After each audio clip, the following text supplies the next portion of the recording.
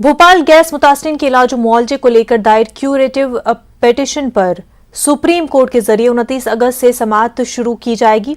Supreme court के जरिए curative petition पर समाअत शुरू किए जाने से भोपाल गैस मुतासरीन में जहां खुशी है, वहीं उन्होंने अपने मुतालबात को लेकर सरकारों पर दबाव बनाना भी शुरू कर दिया है।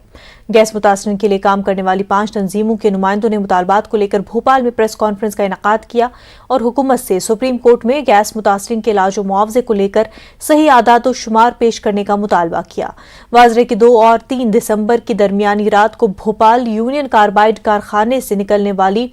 MIC गैस से सुप्रीम कोर्ट की रिपोर्ट के मुताबिक हादसे की रात 15,348 लोगों की मौत हुई थी, जबकि जहरीली गैस के मुज़र असरात से 5,74,376 लोग मुतासर हुए थे। गैस मुतासरीन क्यूरेटिव पिटीशन और मुतालबे को लेकर अपने ख्यालात का इजहार कुछ इस तरह करते हैं। 29 अगस्त को भारत का सुप्रीम कोर्ट गैस पीड़ितों के एक बहुत अहम मुद्दे पर सुनवाई करेगा। 5 जज बैठेंगे ये सुनने के लिए कि यूनियन कार्बाइड और डाव केमिकल से भोपाल गैस पीड़ितों के लिए मुआवजा लिया जाना चाहिए कि नहीं।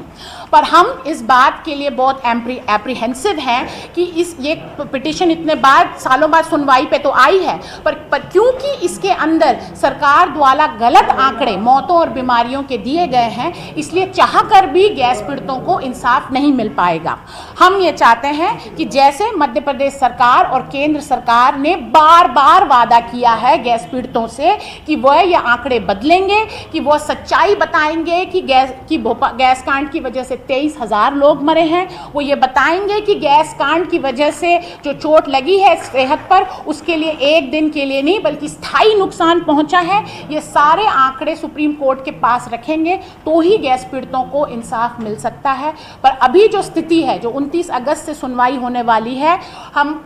दोनों केंद्र सरकार और राज्य सरकार से आग्रह कर रहे हैं कि वो अगर सही में गैस पीड़ितों के साथ हैं और अगर सही में वो कंपनियों के साथ नहीं हैं, तो वो गैस पीड़ितों का पक्ष सुप्रीम कोर्ट में रखें, जस्टिस के सामने रखें, ताकि गैस पीड़ितों को इंसाफ और इज्जत की जिंदगी मिल सके। मुल्क में